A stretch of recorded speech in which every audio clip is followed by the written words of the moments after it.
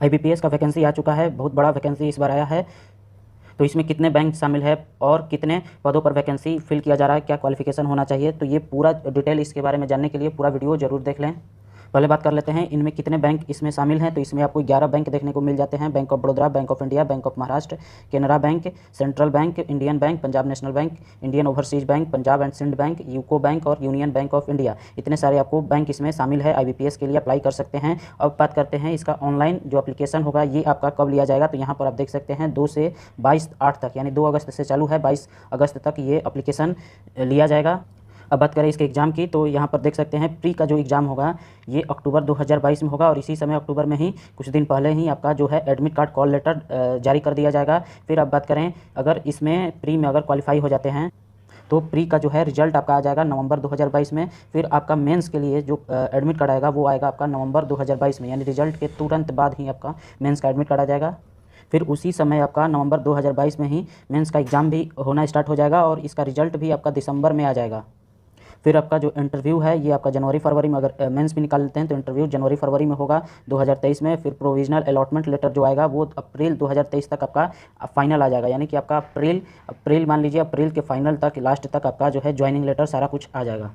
अब इसके eligibility criteria को बात करें तो पहला जो क्राइटेरिया है वो आपका नेशनलिटी पर है, यानी इंडियन होना चाहिए या फिर भूटान के, नेपाल के भी हो सकते हैं, तो आप फिल कर सकते हैं। फिर दूसरा एलिजिबिलिटी क्राइटेरिया की बात करें तो यहाँ पर आपका एज जो है 1/8/2022 तक मिनिमम एज 20 साल और मैक्सिमम एज 30 साल होना चाहिए। फिर आपको एसटी एससी के लिए रिलैक्सेशन 5 साल का है, ओबीसी के लिए 3 साल का है, पर्सन विथ बेंचमार्क जो डिसेबिलिटी है उनके लिए 10 साल का है और एक्स मैन के लिए 5 साल का है। तो ये आपका एज वाला था। अब एजुकेशन क्वालिफिकेशन की बात करें तो कहीं से भी एक आपको बैचलर डिग्री, कोई भी जो मान्यता प्राप्त यूनिवर्सिटी है उससे आपका एक बैचलर डिग्री होना चाहिए। 22/8/2022 तक आपके पास बैचलर डिग्री होना चाहिए, यानी कि इस समय तक आपका मार्कशीट भी आपके पास होना चाहिए। इसमें आपको 2 एग्जाम होते हैं, प्रीलिमिनरी एग्जाम और फिर मेंस हो जाता है, यानी प्री और मेंस।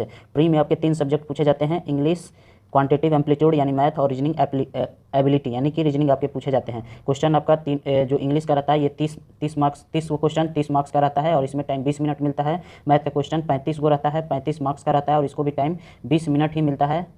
फिर आपका रीजनिंग एबिलिटी का जो इसमें भी 35 क्वेश्चन रहता है और मैक्सिमम मार्क्स 35 नंबर का और इसमें भी आपका 20 ही मिनट मिलता है, यानी टोटल आपको 60 मिनट मिलते हैं, लेकिन हर कैटेगरी वाइज ही मिलता है। इंग्लिश के लिए 20 मिनट, मैथ के लिए 20 मिनट और रीजनिंग के लिए 20 मिनट मिलेंगे। फिर आपका मेंस में जो एग्जाम होता है रीजनिंग होता है, जनरल अवेयरनेस होता है बैंकिंग से रिलेटेड, फिर इंग्लिश लैंग्वेज और फिर डाटा एनालिसिस एंड इंटरप्रिटेशन, ये आपके मेंस के एग्जाम में आएंगे।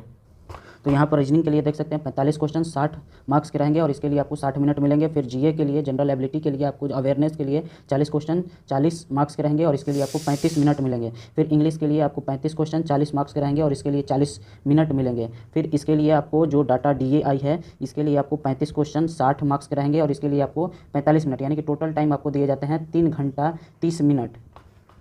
फिर आपको एक इंग्लिश लैंग्वेज का जो लेटर राइटिंग और ऐसे का एग्जाम होगा वो आपका, उसमें 2 क्वेश्चन रहेंगे 25 मार्क्स के, इंग्लिश मीडियम में आएगा, उसके लिए 30 मिनट का समय मिलेगा, यानी इन चारों के लिए आपको 3 घंटे का और इसके लिए आपको 30 मिनट का समय दिया जाएगा। तो अब बात करते हैं इस फॉर्म को भरने के लिए आपको कितना पेमेंट ऑनलाइन करना होगा। तो देखिए इसके लिए आपको 850 रुपये उनके लिए है जो जनरल में है, ओबीसी में है या फिर ईडब्ल्यूएस में है, यानी कि 850 रुपये किसके लिए है, जनरल, ओबीसी और ईडब्ल्यूएस के लिए। अगर आप एससी एसटी पीएच के हैं तो आपको 175 रुपये लगेगा, 175 रुपया उनके लिए जो एससी एसटी और पीएच हैं।